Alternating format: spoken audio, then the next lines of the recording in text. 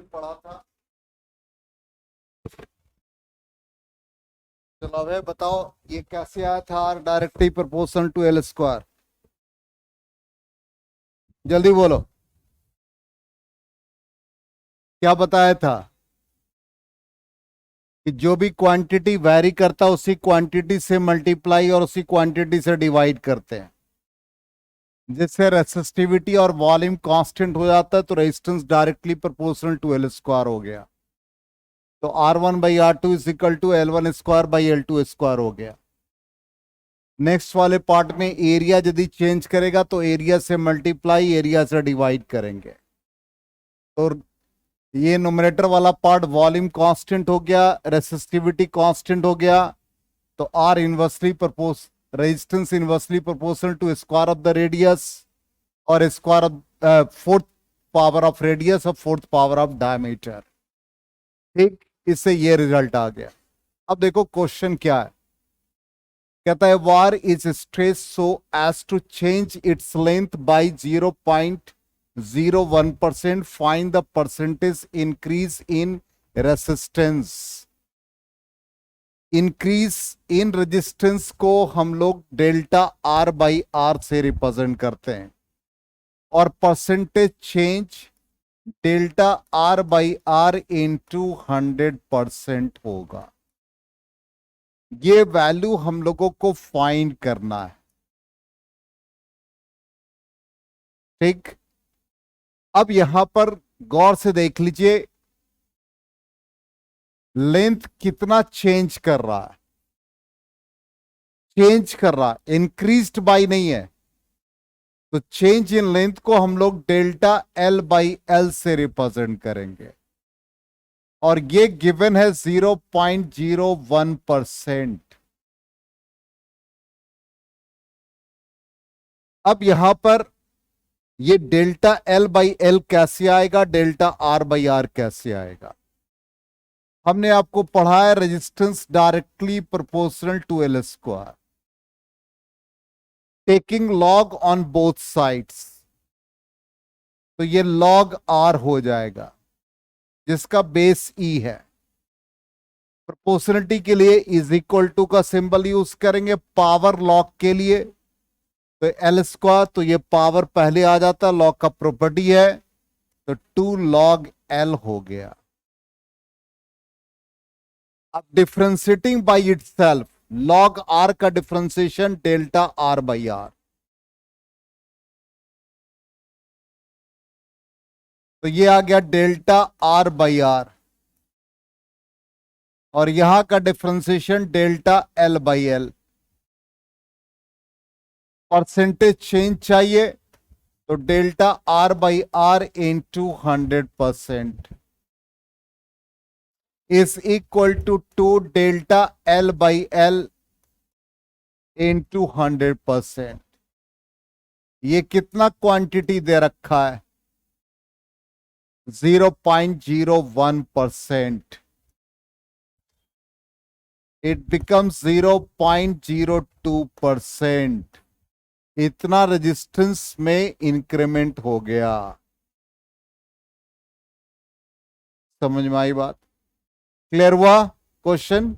Yes no? चलो next question देखो, यही रिजल्ट है 0.02%।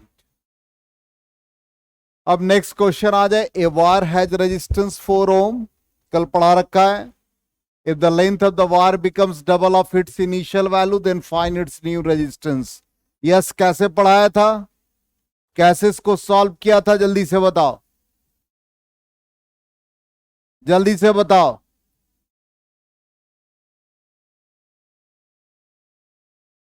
अरे सिंपल कहा था, ये R1/R2 लिखेंगे और ये L1 स्क्वायर/L2 स्क्वायर लिख देंगे।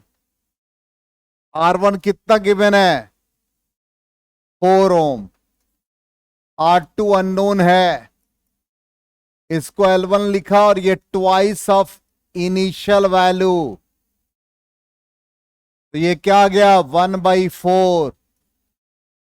तो R2 becomes 4 into 4 16 ohm। Simple, कल यही पढ़ाया था। 16 ओम। चलो नेक्स्ट क्वेश्चन देखो। देखो सामने जो रिजल्ट हम बार बार वैसे ही कर रहे हैं हर स्लाइड में, कि जो रिजल्ट हम पढ़ के हैं उसको सामने रखेंगे और उसी बेसिस पर क्वेश्चन बना रहे हैं। ऐसे ही आपको भी घर में करना है। चलिए अब कहता है यू आर गिवन 3 कॉन्स्टेंटेन वायर्स। ये कॉन्स्टेंटेन, यूरेका, मैंगनीन, ये सब स्टैंडर्ड रेजिस्टेंस होता, आगे पढ़ेंगे हम लोग। 3 वायर है पी क्यू आर। लेंथ और area of cross section different wire का दे रखा है। कहता किसका रेजिस्टेंस ज्यादा होगा। ये लेंथ और एरिया पी वायर का दे रखा है, लेंथ और एरिया क्यू वायर का दे रखा है, और ये आर वायर का दे रखा है। कहता विच वायर हैज हाईएस्ट रेजिस्टेंस। तो रेजिस्टेंस का फॉर्मूला आप रो एल बाई ए लिखते हैं। इस फॉर्मूला को यूज करते हैं resistance for P wire. Resistivity rho length की जगह पर एल, एरिया की जगह पर ए। क्यू वायर के लिए आ जाए rho length 2l, area A by 2। तो ये 4 rho L by A. For our wire rho length का वैल्यू हो गया L by 2, area twice of initial.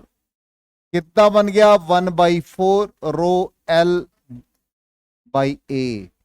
किसका रेजिस्टेंस ज्यादा है। क्यू का। Resistance of Q larger than resistance of P larger than resistance of R. यही पूछा question में। आया समझ में। चलिए नेक्स्ट क्वेश्चन यही है, क्यू का ज्यादा है। अब कहता है वायर का रेजिस्टेंस 4 ओम है। If the radius of the wire becomes half of its initial value then find its new resistance. चलो अमित कल पढ़ाया था, कल थे क्लास में। हाँ जल्दी से बताओ कौन सा फॉर्मूला इसमें से यूज करेंगे। पहले ये जितना फॉर्मूला लिख रखा है इसमें से आपको आइडेंटिफाई करके बताना, इसी का काम है और कोई नहीं बताएगा। हाँ कौन सा। ये इसमें ये या ये और ये। हाँ फर्स्ट और लास्ट बेवकूफ है। डायमीटर नहीं है बल्कि रेडियस है।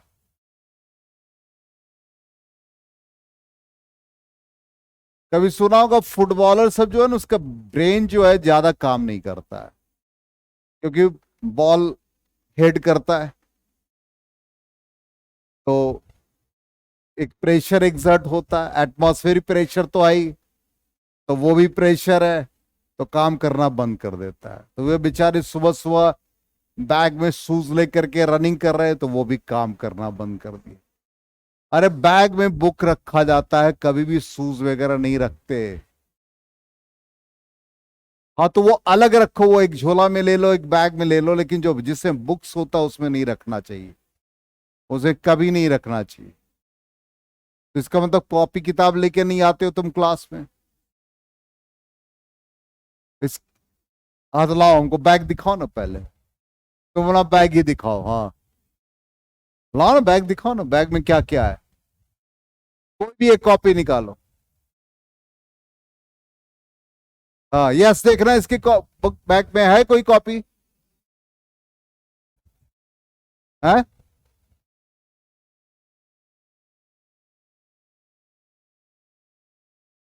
चलो तो रेडियस हो गया, रेडियस वाला फॉर्मूला यूज करेंगे। तो यहां पर ये R1/R2, ये R2 4/R1 4 हो जाएगा। R1 के जगह पर 4 ओम पुट कर देंगे, R2 हो गया Radius of the wire becomes half of its initial value, R1 by 2 हो गया। R1 क्या आ गया, ये R1 4 cancel, 1 by 2 to the power 4 means 16, then R2 becomes 64 ohm। आया समझ में? क्लियर?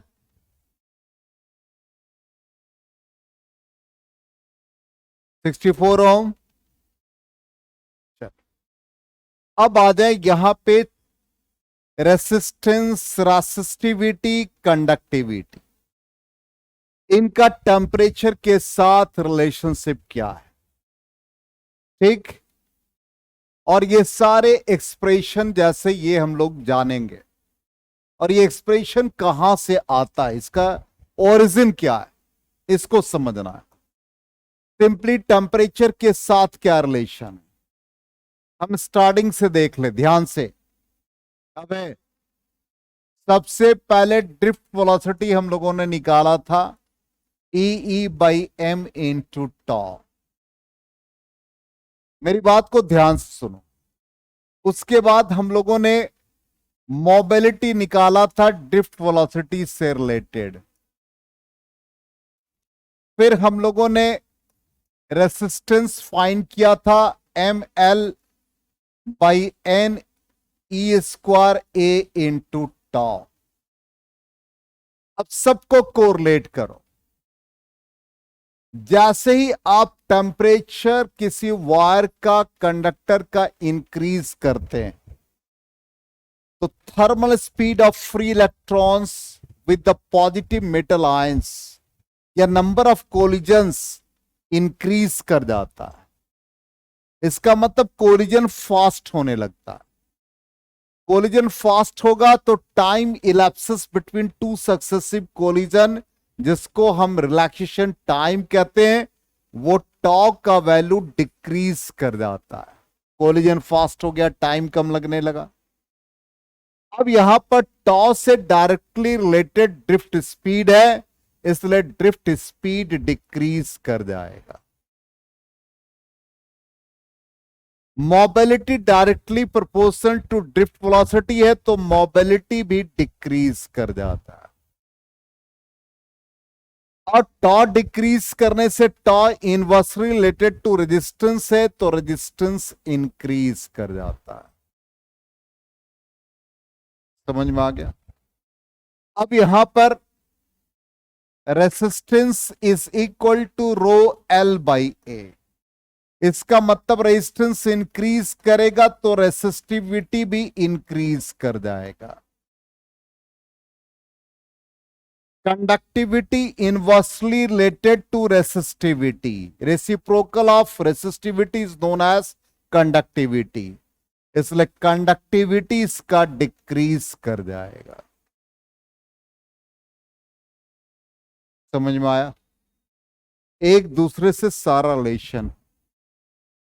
तो ये पहला पार्ट हो गया, रेजिस्टेंस क्यों इंक्रीज किया, रेसिस्टिविटी क्यों इंक्रीज किया, और कंडक्टिविटी क्यों डिक्रीज किया। अब ये जो रिलेशनशिप एस्टैब्लिश होता है, इसका रीजन देखिए क्या है। सिंपली मान लो कि एक कंडक्टर का लेंथ इनिशियली एल है, या एल नॉट मान लो। जैसे ही आपने टेम्परेचर इंक्रीज किया, इसका लेंथ चेंज कर गया, इट बिकम्स एल। तो इतना इंक्रीज इन लेंथ हो गया, means L minus L naught. तो कहता increase in length directly proportional to original length means L naught, directly proportional to difference in temperature. Difference in temperature को delta theta लिख रहे हैं।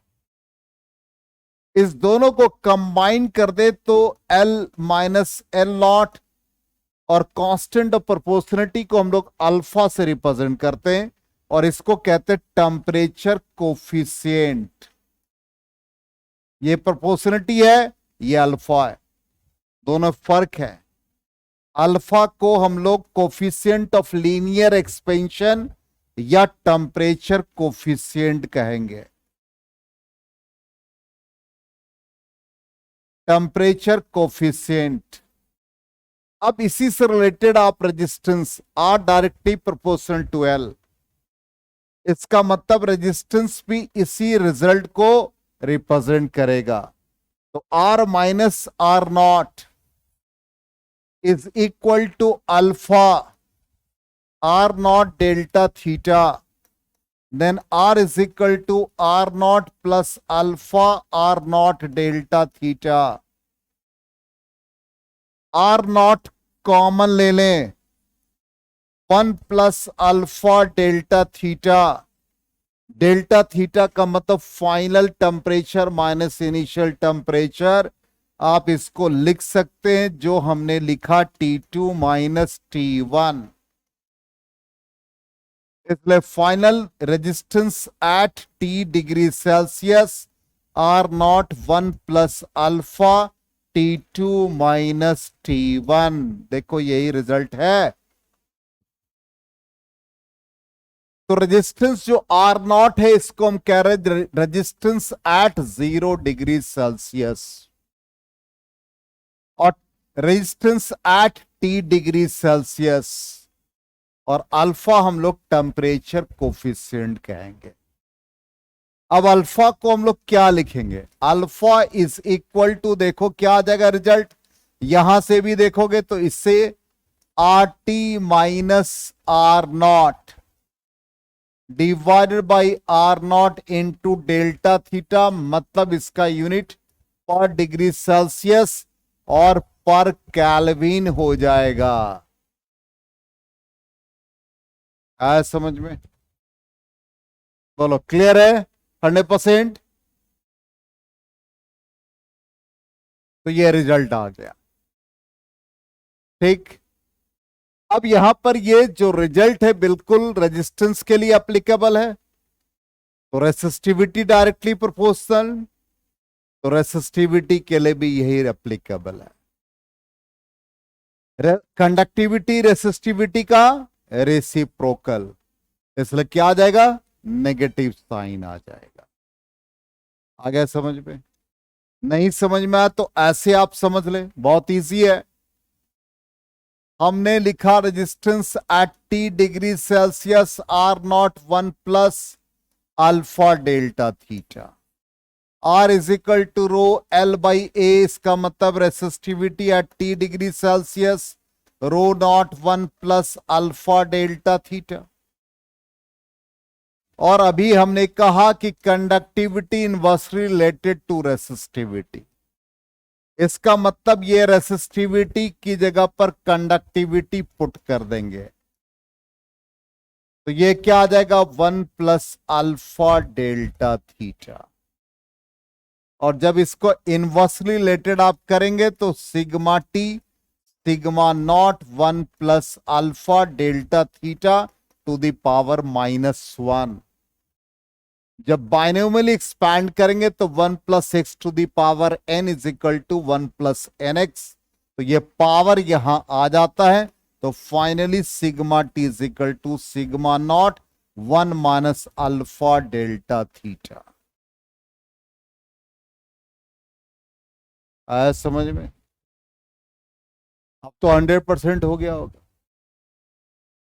लेकिन अभी भी व्यूज जो है ओनली 25। सब लोग नोट्स बना रहे, कैसे बना रहे हमको वही समझ में नहीं आ रहा। सब PDF का कॉपी कर लेता है, वीडियो कोई नहीं देखता है, कोई वीडियो नहीं देखता है। वो देखो, वो पागल देखो, आइस क्यूब डाला हुआ है और उसी का पानी पी रहा है। बहुत गर्मी लग रहा है, तुम ही मतलब दूसरे प्लानेट से आए हो क्या? अरे इसी प्लानेट के हो ना वो?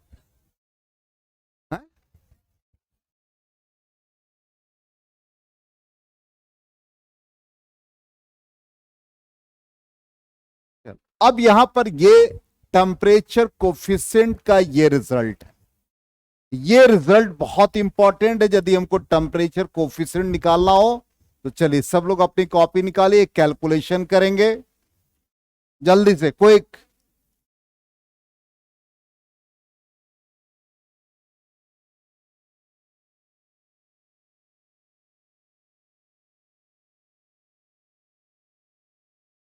Resistance at T degree Celsius को हम लोग रेजिस्टेंस R1 एज्यूम कर रहे हैं, R0 1 प्लस अल्फा, और इसका टेम्परेचर T1 एज्यूम कर रहे हैं। ये इक्वेशन 1 हो जाएगा आपका, ठीक। दूसरा वायर का उसी वायर का second resistance for different temperature 1 plus alpha T2,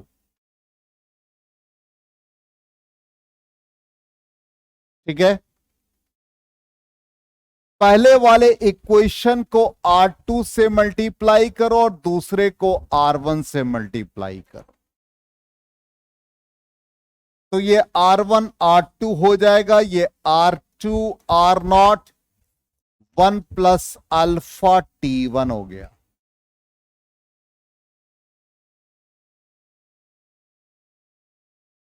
Amit लिख रहा है कॉपी में।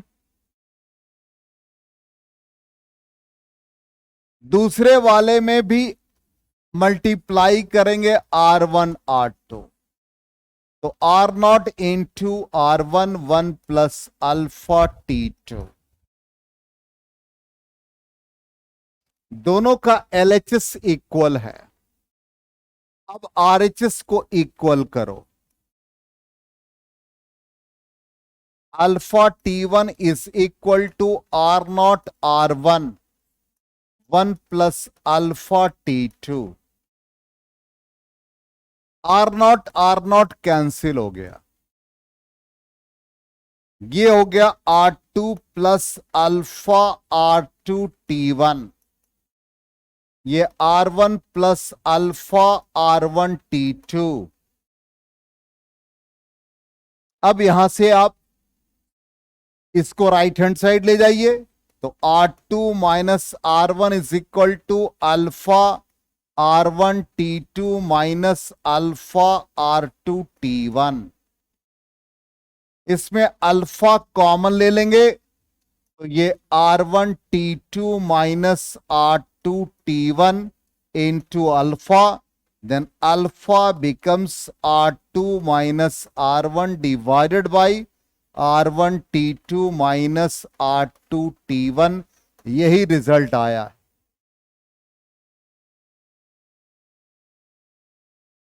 आया समझ में या नहीं? तो जब हमें टेम्परेचर कोफिशिएंट दिया रहेगा for different values of resistance, तो इसी तरह से फाइंड करेंगे। क्लियर?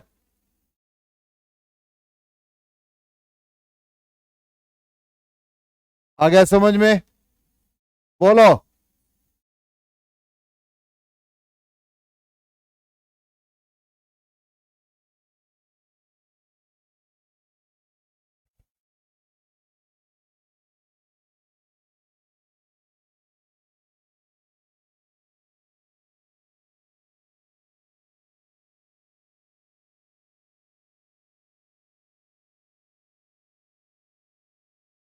हो गया?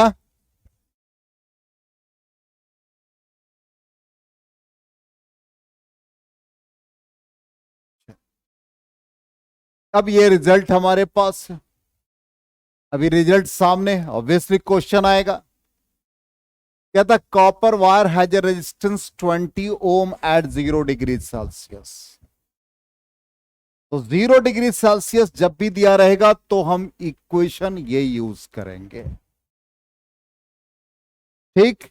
और कहता एंड ए रेजिस्टेंस मतलब 26.4 ohm at 80 degree Celsius, find the temperature coefficient of copper, मतलब ये फॉर्मूला यूज करके अल्फा निकाल लेना, ठीक। देखिए हमने भी वही किया, RT की जगह पर क्या पुट किया, 26.4, R0 की जगह पर क्या पुट किया, 20, 1 plus alpha T2 minus T1 था तो 80 माइनस 0 होगा। इससे अल्फा का वैल्यू ये आ जाएगा। हमने कहा जब भी resistance at 0 degree Celsius given होगा तो पहला फॉर्मूला यूज करेंगे, दूसरे फॉर्मूला पे जाना ही नहीं है। आगे समझ में कैलकुलेशन हो जाएगा। Next question. अब ये क्या दे रखा क्वेश्चन, कहीं 0 डिग्री है नहीं है। इसका मतलब क्या है, मेटेलिक वायर का इनिशियल टेम्परेचर T1 गिवन है। क्या है T1, तो ये T1 20 डिग्री सेल्सियस और ये रेजिस्टेंस क्या है R1 है। फाइंड द टेम्परेचर एट विच, मतलब हमें T2 फाइंड करना है, eight which the resistance of the same metallic wire rises to 240 ohm, means R2 given है, where the temperature coefficient alpha। 1 minute, बहुत सिंपल क्वेश्चन है। कौन सा फॉर्मूला यूज करेंगे, आर्यन एकदम कंसंट्रेट है आज की क्लास में।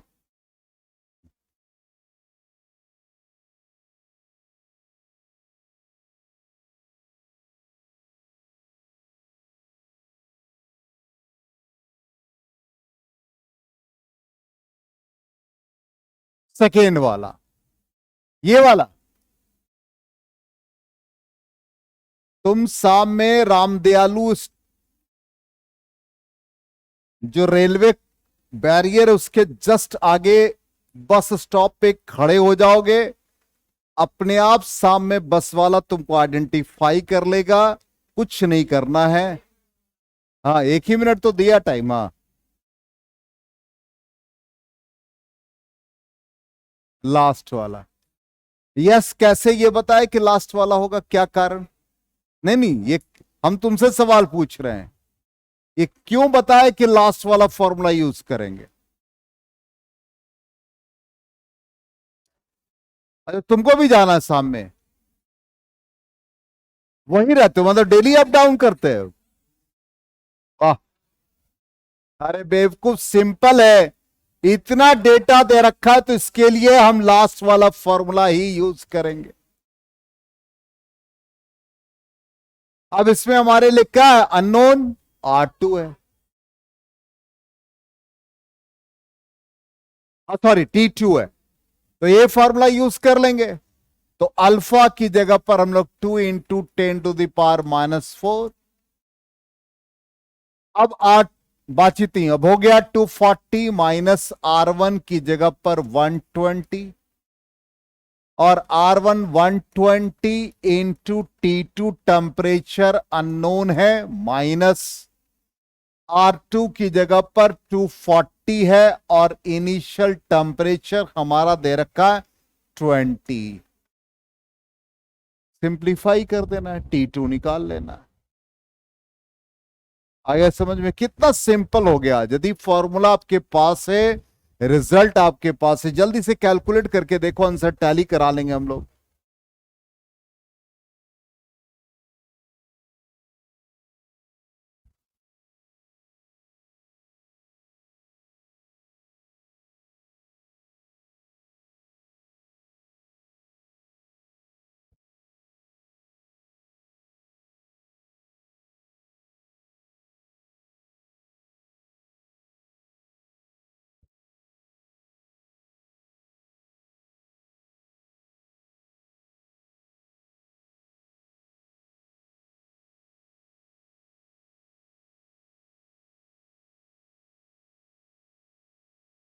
आ गया।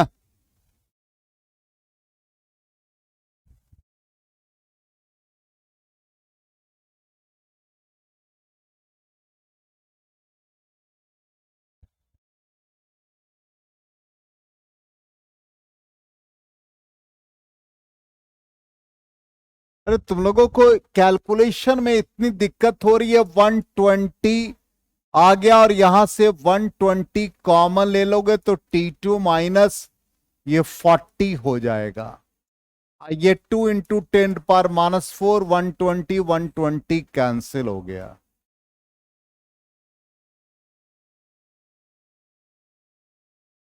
सिंपल है। अब इसका मतलब ये T2 minus 40 is equal to 1/2 × 10⁻⁴। तो ये आ गया 10,000 डिवाइडेड बाई 2, तो इट बिकम्स 5,000। सिंपल है, तो T2 is equal to 5040 degree Celsius. यही आ रहा है। क्या कैलकुलेशन बोलो, कहीं कोई ट्रिक लगाते हैं हम कैलकुलेशन में? ऐसे ही आप मैथमेटिक्स को यूज करेंगे तब होगा। वो 10 का पावर परेशान करता है, तरीका यही है। तो 5040 आ रहा है ना।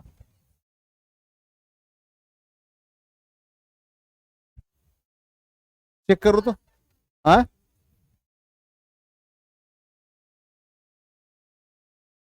एक मिनट चेक कर लेते हैं।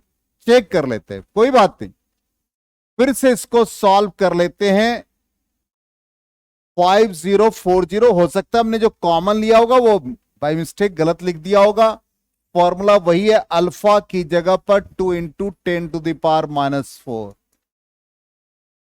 R2 - R1, तो यहां पर 240 - 120 120। R1 की जगह पर हम लोगों ने 120 लिखा था, और T2 अननोन है, और R2 बिकम्स 240 लिखा था। इनटू टेम्परेचर क्या है, 20, यही ना। तो ये 120 कॉमन नीचे से ले लेते हैं, तो ये T2 माइनस 40 आ जाएगा, यही ना।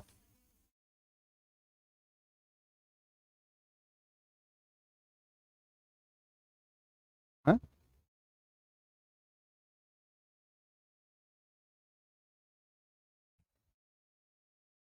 चलो 40 आ रहा है।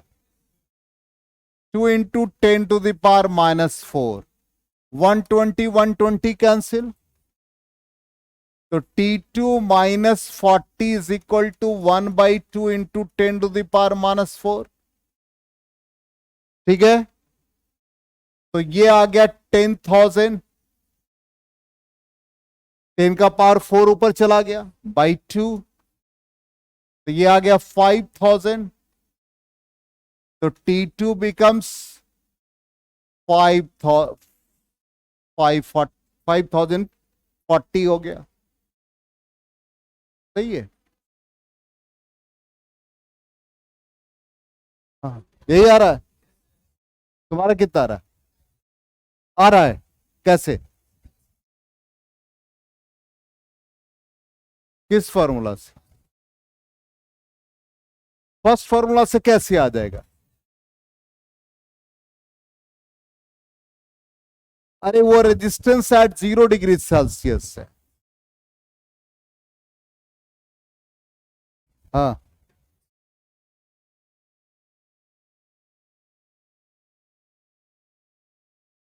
लाओ देखे।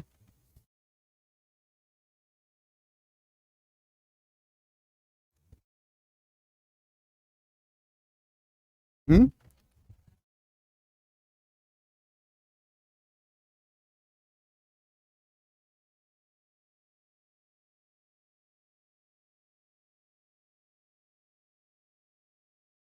हम समझ गए वो। ये क्या है, एक मिनट। इनिशियल टेम्परेचर जो है ना, इनिशियल टेम्परेचर हम लोगों ने लिया है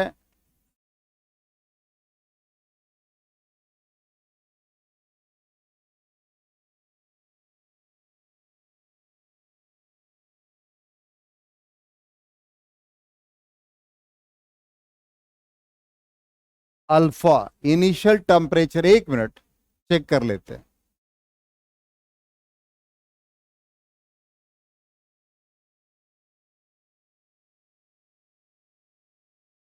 ये तुम लोग बीच में जो बातचीत करते हो ना, क्लास से बाहर का रास्ता दिखा देंगे एक दिन।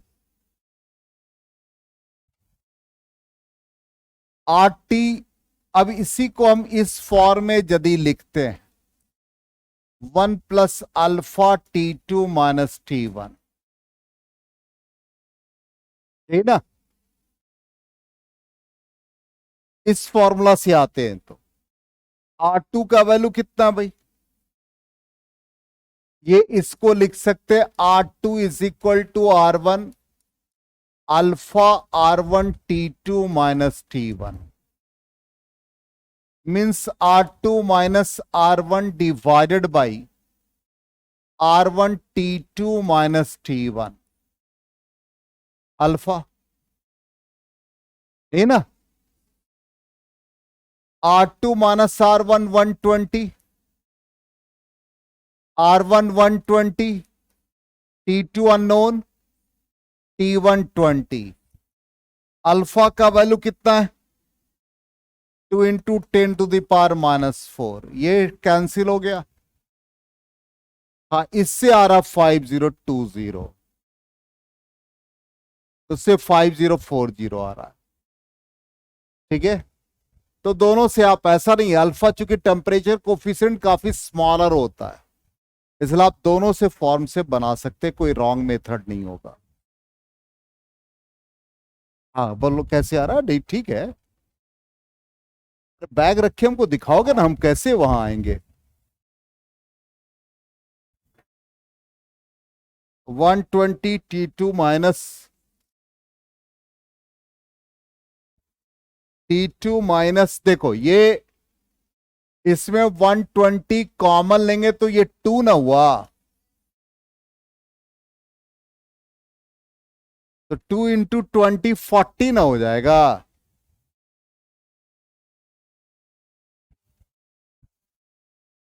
अरे 120 कॉमन लिया तो ये T2 बचा, इसमें 120 कॉमन लिया तो 2 × 120 बिकम्स 240।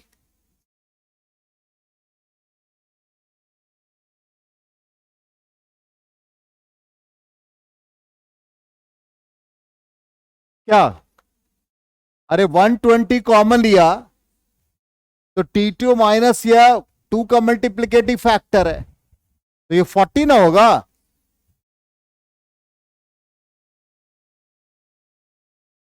देखो कैलकुलेशन करके, तो 5040 आ रहा है, ठीक है ना। वो टेम्परेचर कोफिशिएंट 10⁻⁻⁴ है, इसलिए लिस्ट टेम्परेचर कोफिशिएंट काफी स्मॉलर है, इसलिए क्वांटिटी वैरी करेगा।